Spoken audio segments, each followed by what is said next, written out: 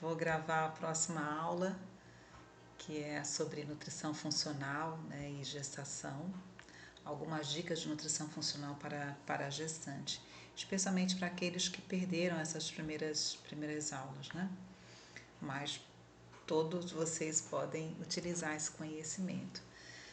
Bom, a nutrição funcional, ela trabalha com a individualidade bioquímica e os efeitos dos alimentos no organismo de cada pessoa, sendo mais abrangente do que apenas estabelecer planejamentos alimentares baseados em contagem de calorias.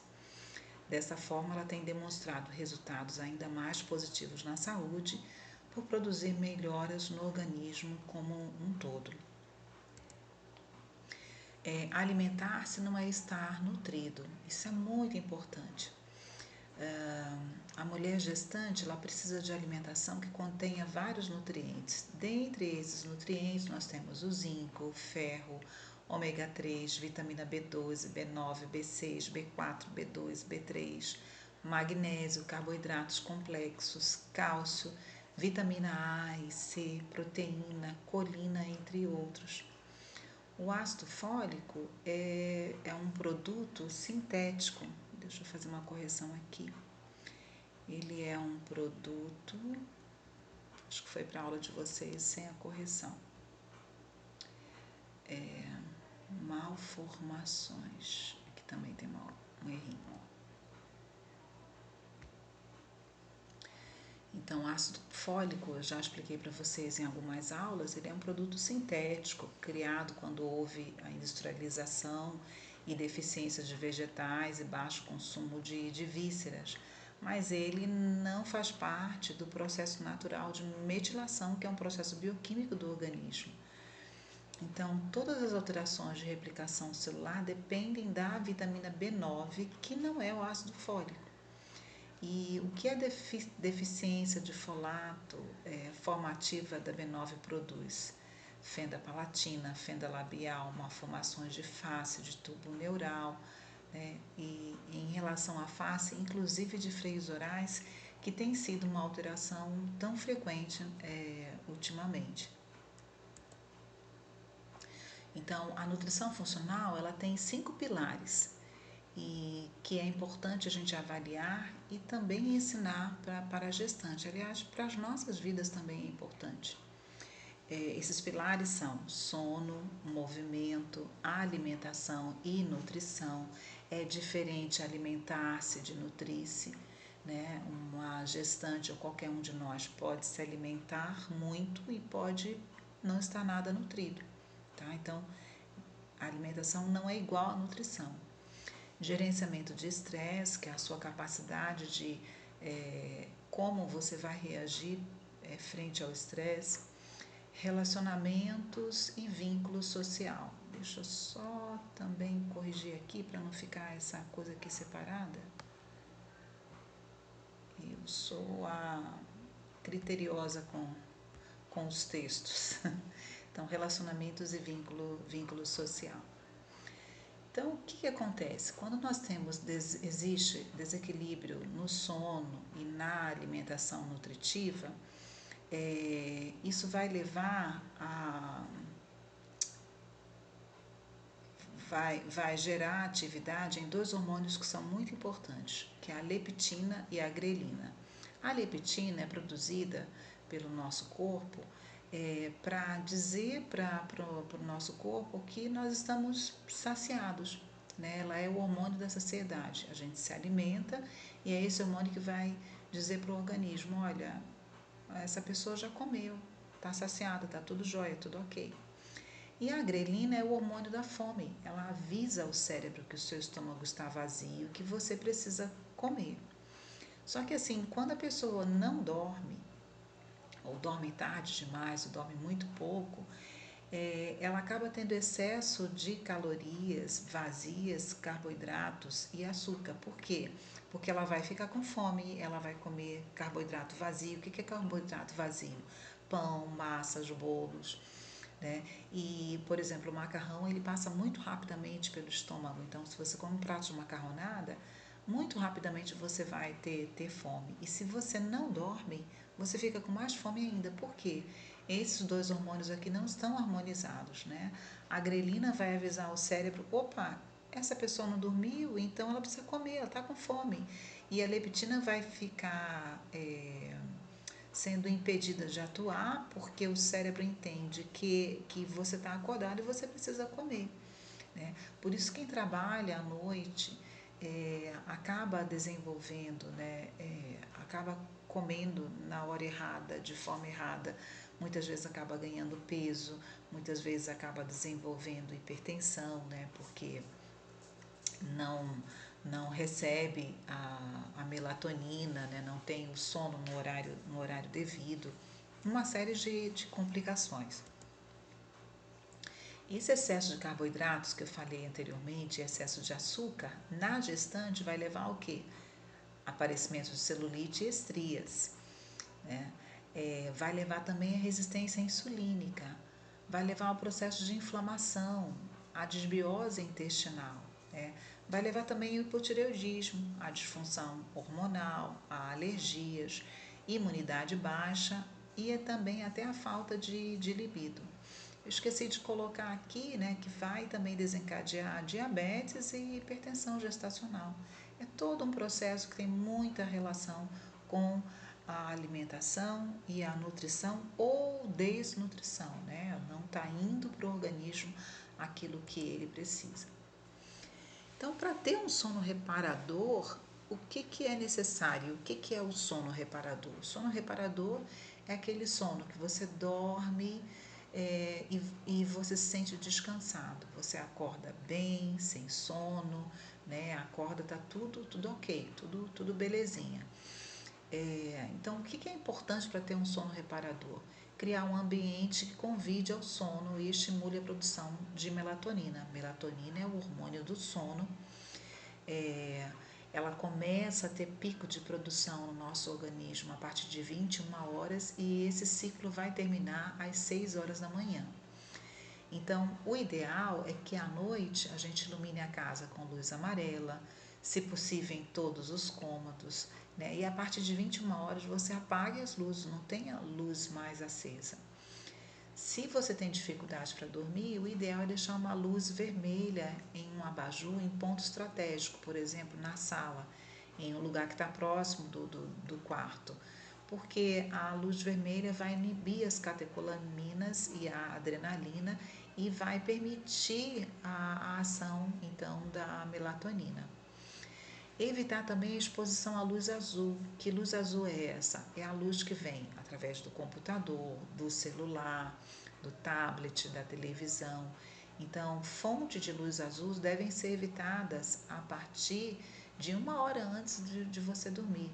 Senão o cérebro ele fica em alerta, né? Ele fica estimulado por essa luz e aí você não relaxa. Quanto mais exposição, mais afeta a produção da melatonina, menos sono reparador a pessoa vai ter.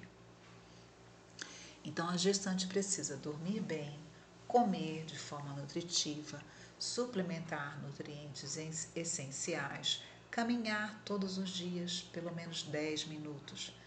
Mulheres que engravidam já com sobrepeso ou obesas já estão com o organismo bem inflamado, né? Quando nós vemos uma pessoa com sobrepeso, né, ou obesa ou obesidade mórbida, já é assim, é fato.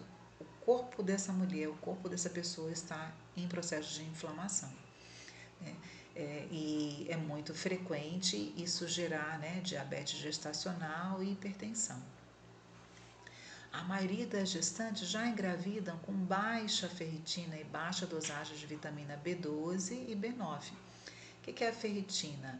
É a quantidade de ferro que o organismo absorve, né? Então, a ferritina ela deveria ser dosada em todas as gestantes. Uma ferritina boa, ela está acima de 70, né? Então, às vezes, a gente colhe da gestante ferro sérico, tá, beleza, mas a ferritina está baixa. Então, significa que essa gestante tem ferro, mas o ferro não está indo para o lugar devido, o lugar que deveria ser, né? Que é lá na medula óssea.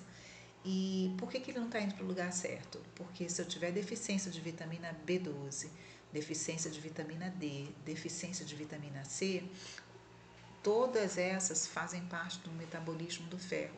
E se elas estiverem baixas, você vai ter dificuldade, o organismo vai ter dificuldade de absorção, de retenção desse ferro para levar o ferro para o lugar correto.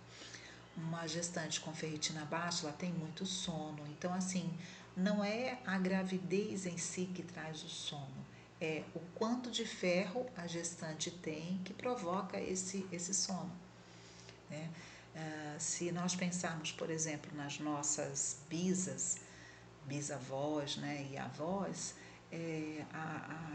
eram mulheres muito ativas e muito ativas o tempo todo durante a gestação, né? Mas elas tinham um aporte de ferro que vinha da alimentação que era totalmente diferente do que nós temos hoje, né? Então, por que a grávida tem muito sono? Não é por causa de algum mecanismo da gestação, é principalmente pela deficiência de ferro. Então, as nossas bisas comiam muitas vísceras, né? Era costume das pessoas comer bucho, comer fígado, né?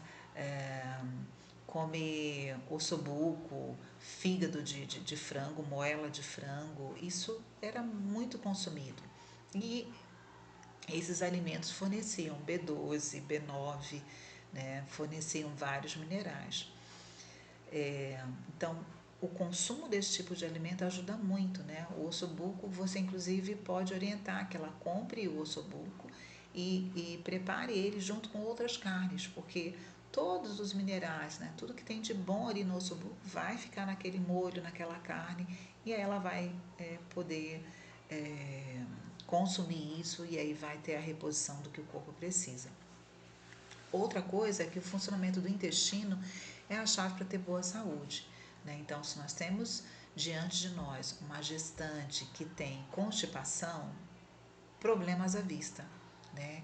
Ela tem uma desbiose intestinal, ela tem uma inflamação intestinal e isso vai levar a uma série de outras reações e de outras alterações. Então, a primeira coisa a fazer é tratar esse intestino. Não é considerar assim, nossa, mas é comum a gestante ter constipação, isso faz parte. Não, não é comum, isso não faz parte e lamento muito que ela tenha engravidado e esteja constipada. Significa que o intestino dela não está funcionando bem, porque o normal não é constipação, né? Se ela está constipada, o que a gente tem que pensar? Baixo consumo de água, baixo consumo de frutas, fibras, gorduras boas, e estado inflamatório do intestino, tá? Então, tudo isso precisa ser bem investigado. A sua microbiota intestinal interfere em tudo que é produzido no intestino e em como essas mensagens chegam até o seu cérebro, desencadeando comportamentos e dores, né? Esse foi um trecho que eu tirei de uma das aulas que eu tive, né, sobre nutrição funcional, e realmente é isso. O intestino ele é conhecido como o segundo cérebro. Se o intestino não funciona bem, todo o nosso corpo é afetado. Por exemplo, uma pessoa que tem constipação, os estudos mostram que 90% da serotonina, que é um neurotransmissor, é produzida no intestino. Se o intestino não funciona bem, essa pessoa fica constantemente irritada, fica mal-humorada. É até muito frequente a gente ouvir falar assim, nossa, fulano está enfesado, mas de onde vem a origem dessa palavra enfesado? Enfesado é aquele que está cheio de fezes, né? Então, assim, a pessoa constipada, ela fica mal-humorada. E fica mal-humorada por quê? Porque eu tenho pouca produção de serotonina, né? Que é um neurotransmissor que está diretamente relacionado com o humor, com a estabilidade do humor. Excesso de doces, de farinha branca, aumentam a dor no parto e a dor pós-operatória. Aumenta em que sentido? Um corpo com excesso de glúten e de doce fica inflamado. E tudo isso vai prejudicar todas as reações do organismo. É preciso descascar mais e desembalar menos, né? Então, quais são os alimentos inflamatórios? Leite, glúten, o frango está aqui, mas não é nem o frango em si, né? É o que tem no frango, né? Uma série de hormônios, mas os três mais inflamatórios são açúcar, né, glúten e leite. Então, são esses os alimentos mais inflamatórios que nós temos, né? E são todos muito apetitosos, muito gostosos, né? Mas tudo isso aqui, ó, biscoito recheados ou com camadas, tem gordura trans, né? Batata frita, esses salgadinhos são repletos de sódio, de corantes, de química. A própria embalagem solta vários produtos que são tóxicos e cancerígenos. Então, tudo isso aqui faz muito mal para o nosso corpo, né? A gordura hidrogenada dos sorvetes, a gordura da batata frita, a farinha branca, o açúcar branco refinado que é utilizado na maioria dos doces. Então, todos esses alimentos são muito prejudiciais ao nosso organismo, né? Cachorro quente, especialmente por conta da salsicha, molhos prontos, né? Hambúrgueres, tudo que você compra pronto, temperado, né? É fácil para levar ao fogo, né? Ou fritar, tudo isso faz muito mal para o nosso organismo. Os refrigerantes todos, de forma geral, sendo que o pior deles é a Coca-Cola, né? Os nuggets, que na verdade não é propriamente a carne de frango, mas é a carne, a pele, a gordura, o bico, a pena, tudo que sobrou e que você não quer do frango, eles maçarocam tudo, misturam com tempero, com acidulantes, com conservantes, corante, né? E coloca lá empanado, né? E a galera come. Então é basicamente isso, né? Os miojos da vida, é, acredito que vocês saibam, mas se não souberem, recebam a informação. Em um pacote de miojo, a gente tem aproximadamente 2 gramas de sódio. E 2 gramas de sódio seria assim o máximo tolerado pelo nosso organismo em um dia de 24 horas. Isso tem em um pacote de miojo. E não adianta, não alivia tirar o tempero, que é riquíssimo em sódio, né? Ciclamato monossódico, que é um tipo de sal super danoso para o nosso corpo, e outros produtos químicos, porque o próprio macarrão em si, ele é frito em muita gordura, então faz um extremo mal. Todos esses salgados prontos, biscoitos prontos, todos eles são riquíssimos em toxinas, né, e produtos que fazem muito mal para a gente. Eu olhei para a pipoca aqui, eu lembrei a embalagem da pipoca, né? A embalagem desses produtos, ela desprende substâncias tóxicas que são altamente nocivas para o nosso organismo, né? Por aí a gente já deve pensar e relacionar que o número de câncer de estômago e de intestino tem aumentado de forma avassaladora, e isso tem toda a relação com a alimentação de ultraprocessados, né? De muito doce, de muita coisa processada e ultraprocessada, como é o caso da salsicha, do salame, é, presunto, apresuntado, calabresa, paio, né? Tudo isso aí que é defumado, muito temperado, são extremamente danosos para o nosso corpo. A outra coisa importante a saber é que o hemograma não é o melhor exame para avaliar anemia. Nós vamos ter mais para frente uma aula específica de exames laboratoriais, né? Eu vou dar e eu vou ensinar a vocês a olharem os exames e a saberem interpretar o que os exames estão dizendo, né? Nós conversarmos com os resultados dos exames. Isso é fundamental para o enfermeiro, para a prática do enfermeiro e para a tomada de condutas que são essenciais para o bem-estar, seja das gestantes, seja da puérpera, né, daquela gestante que está lá internada com a gente em tratamento, ou da que chegou para ser internada, que está em trabalho de parto. Então, essa leitura dos exames é fundamental para a condução da gestação e da situação que eu estou com aquela mulher ou com aquela gestante.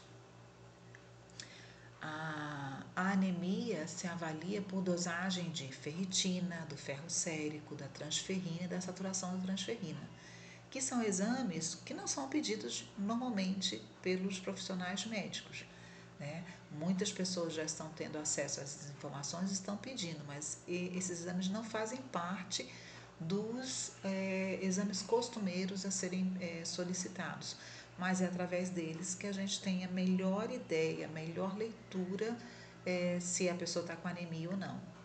Gestantes com anemia podem ter parto prematuro, podem dar à luz a bebês com crescimento restrito. Aqui também tem uma falha, deixa eu colocar aqui. Podem gerar e dar à luz, né, a bebês com crescimento restrito. E por que isso acontece?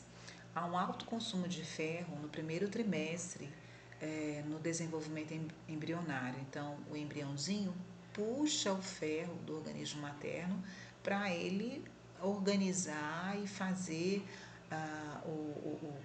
as estruturas, né, o desenvolvimento e o crescimento das estruturas que vão fazer parte do sistema nervoso central. E aí nós temos o segundo trimestre. No terceiro trimestre há um crescimento muito rápido, é a fase de maior rapidez de crescimento do cérebro. E aí o feto vai puxar também muito do ferro que a mãe tem para a produção da baía de mielina, que vai recobrir todo o cérebro, todas as estruturas do sistema nervoso, né? A medula, os axônios, né? Os nervos. Então, tudo que tem a baía de mielina precisa muito do ferro.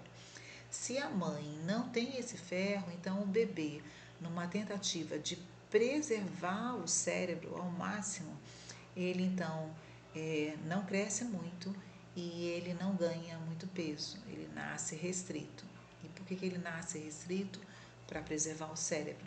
Então, às vezes, é aquela situação de uma gestante que você conhecia, que ela aparentemente comeu bem, usou aquela vitamina Bambambam que o médico prescreveu e tal, e nasce um bebê de 2.600, por exemplo, ou 2.700, né? E a mãe fica assim, nossa, mas eu estava com barrigão, nossa, mas eu me alimentei tão bem, nossa, mas eu usei aquela e aquela outra vitamina, né? Não tem relação com hipertensão, porque se o bebê nasce restrito pela hipertensão, é por outra razão, né? Mas em mamães que não tinham hipertensão, um bebê restrito está totalmente relacionado à desnutrição materna. Quando eu falo desnutrição, quer dizer falta dos nutrientes básicos para essa gestante, para a formação desse bebê. O ferro suplementado para a gestante não é suficiente para a demanda de ferro que ela precisa, especialmente a partir de 32 semanas, que é a fase que acontece esse crescimento cerebral mais rápido. Desconforto que a gestante pode ter, ela pode ter azia, né, ou pirose, pode ter regurgitamento, refluxo, pode ter sensação de plenitude gástrica, edema, barro biliar ou pedra na vesícula, né, a colelitíase. Todos esses sintomas estão relacionados com a questão alimentar, né? A melhor forma de resolver a azia e pirose não é ela tomando, né, magnésia bisurada ou leite de magnésia, né? A gente pode oferecer algo não medicamentoso para melhorar essa sensação, esse sinal e sintoma que ela está tendo. Se ela tem pedra biliar ou barro biliar, também o intestino dela está alterado, a alimentação está sendo feita de forma inadequada. Então, tudo que está inadequado vai piorar muito na condição de gravidez e pode levar, inclusive, à inflamação da vesícula biliar, né? Às vezes a gestante pode precisar até de uma cirurgia de urgência porque está num processo inflamatório aí da sua vesícula. O que o enfermeiro, opa, tá faltando aqui, deixa eu corrigir. Aqui se corrige ao vivo e a cores, gente, vocês estão vendo. O que o enfermeiro profissional de enfermagem pode orientar para essa gestante? Muita coisa. O ideal, até eu coloquei ali entre parênteses, kkk, que o ideal seria assim, temos 32 dentes, e o ideal seria que a gente usasse os dentes de forma muito adequada para não só mastigar ou cortar os alimentos, mas para macerar, né? Mastigássemos realmente muito bem essa comida, né? Então, se você não quer ou não tem a capacidade ou a paciência para mastigar 32 vezes, que eu acho também demais, mas mastigar mais o alimento, comer devagar, comer com calma, tudo isso é muito importante. Não tomar líquido durante as refeições, beber água morna, né? Água tirando a frieza, né? Com limão pelas manhãs. Isso faz com que o sangue fique menos ácido, né? Quanto mais ácido o sangue, mais fácil o aparecimento de câncer. Para melhorar a azia ou pirose, comer bem no café da manhã e almoço, e no jantar comer cedo em pouca quantidade. Procurar jantar, né, 2 horas antes de dormir, isso é essencial. Para a azia também, tomar meio copo de água gelada com limão e beber em goles pequenos, né? Isso faz equilibrar a acidez e ajuda na secreção do ácido clorídrico, e aí prontamente diminui a azia. Tomar um copo de 200 ml com 2 colheres de sopa de vinagre de maçã 30 minutos antes das refeições. Isso vai ajudar a diminuir o apetite, vai potencializar o funcionamento intestinal, né? Então, se ela está constipada, vinagre não vai fazer mal para o bebê dela e vai fazer muito bem para o intestino. Ao comer, ter sempre muita salada, se possível regar com azeite, né? Então, são fatores essenciais. E tomar a quantidade de água conforme o peso. Então, assim, o ideal são 40 ml por quilo de peso. Você pega o peso, multiplica por 40 e aí vai poder orientar o quanto de líquido essa gestante precisa. É líquido que principalmente deve vir por água, mas pode ser por chá ou por suco, de preferência suco natural, não suco em caixinha, né? Então, sem hidratar, nós temos constipação. Se a mulher ficar hidratada, não vai ter constipação. Tomar uma colher de café pela manhã e outra à tarde. Desculpa. Pode ser misturado a comida ou panqueca ou suco, de que forma quiser. Esse aqui é uma colher de óleo de coco. Deixa eu colocar aqui, tomar uma colher de café de óleo. Opa, de óleo de coco.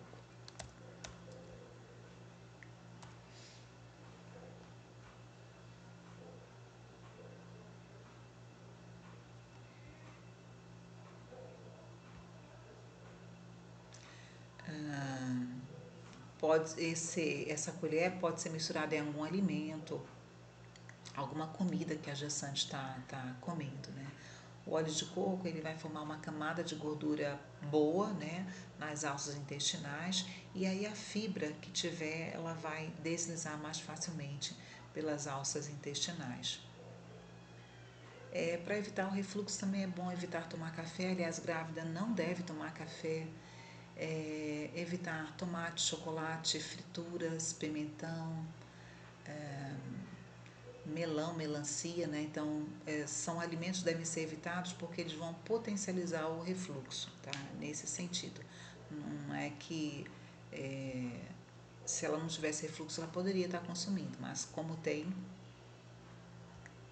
precisa evitar, né?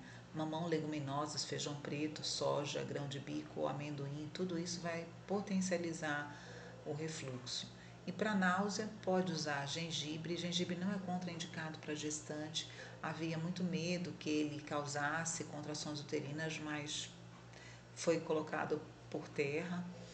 Ele alivia a náusea, então aquela água que a mulher coloca, água gelada com limão, pode também colocar um pouco de gengibre. Além disso, o gengibre atua como um antiemético, né?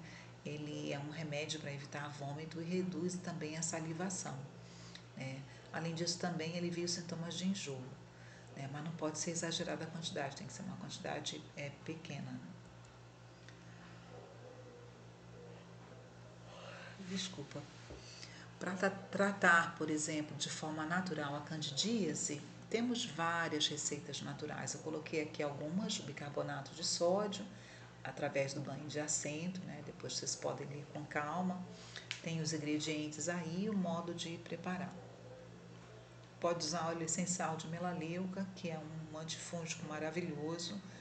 Ele é também conhecido como tea tree, né, que tem ação antifúngica, antisséptica, podendo ser usado em banhos de assento para ajudar a diminuir alguns sintomas da candidíase, como coceira, ardência. Tem aí a quantidade indicada. E para tratar a constipação, então beber quantidade de forma adequada, mastigar bem os alimentos, comer salada com legumes, né, além do arroz e feijão, e colocar sempre azeite ou óleo de coco na salada. O sono está realmente chegando, ou misturado a outro tipo de alimento. Acrescentar também na alimentação aveia em flocos, beterraba, laranja, mamão, entre outros, né? Especialmente a aveia e a beterraba vão ter uma ação assim muito intensa em fibras, né, para o intestino. Outros cuidados que nós devemos orientar para gestantes e para a nossa saúde também. Consumir, se possível, 3 frutas diferentes ao longo do dia. O abacate é um santo alimento com gordura boa. Não ficar mais de 3 horas sem se alimentar. Retirar ao máximo farinha branca, trigo branco. Se possível, substituir o pãozinho por cuscuz, tapioca, batata doce. Pãozinho de batata doce, que a receita é super fácil. Incluir o ovo cozido no café da manhã. A gema tem que estar quase totalmente cozida, só uma pontinha que não terminou o cozimento. Nesse ponto dá para aproveitar muito a colina do ovo, né? A gema do ovo é rica em colina, que é essencial para o cérebro do bebê e para o nosso também. Evitar café achocolatados, preferir sucos naturais ou chás. No almoço não pode ter em uma mesma refeição arroz e macarrão, mas se tiver para ela optar por um desses, não escolher os dois, porque o produto final deles dois vai ser amido e glicose. Use legumes de época e varie, isso é fundamental. Consuma, né, hortaliças de cor verde escura, espinafre, almeirão, couve, as planques, né, que tem a azedinha, a bertalha, a ora pronobis, né. Inclua a ora pronobis nas saladas, ela é rica em ferro, magnésio, cálcio, é muito, muito rica em ferro. Evitar ao máximo os processados, e aí eu já falei, né, presunto, queijo mussarela, presuntado, mortadela, salsicha, salame. Então, esses alimentos todos devem ser evitados porque eles são ultraprocessados. Procurar consumir pelo menos 2 vezes por semana fígado de boi, se for possível, se tolerar, né, se gostar. Pode consumir também fígado de galinha e moela de galinha. Evitar temperos prontos, maionese, ketchup, mostarda, dar preferência ao milho natural ao invés do enlatado. Se possível, reduzir ao máximo o consumo de leite de vaca.